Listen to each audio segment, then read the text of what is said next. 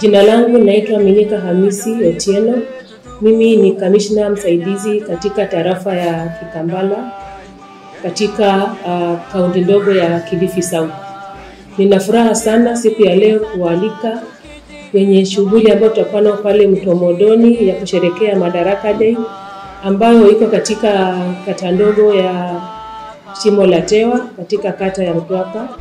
Ninaomba sisi wote tukaweze kujitokeza kwa wingi ili tuje tusherehekee hii siku ambayo tunajua ya kwamba itakuwa siku ya kufana sana.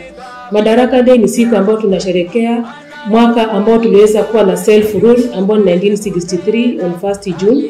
Kwa hivyo ni kitu ambayo tunafurahia sana kama Wakenya ya kwamba tuliweza kujitawala. Na mwaka huu ambao ni mwaka wa 62 tukisherehekea madaraka yetu katika nchi yetu ya Kenya, imefeva sana sisi watu ambao tunatoka hii eneo la Pwani. Kwa maana tunaona ya kwamba theme ya hii Madaraka Day ni Blue Economy and Maritime Affairs, ambayo inatupatia kipaumbele katika kuhakikisha ya kwamba mambo ambayo inahusu our oceans, our beaches inaweza kupewa kipaumbele katika hii serikali ya sasa hivi.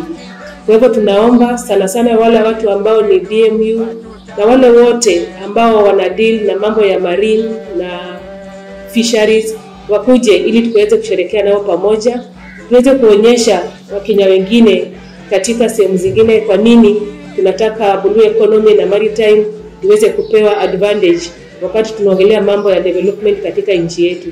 Kwa hivyo ninaomba watu wote wa Kilifi South, wamama, wazee, vijana, kwa watoto, mje mjiunge nasi tarehe 1 Mtomodoni Grounds ili tuweze kushirikiana na kusherehekea pamoja siku yetu ya madaraka ambayo Kenya iliweza kuanza kuwa na self rule, na itakuwa siku ya kufana sana.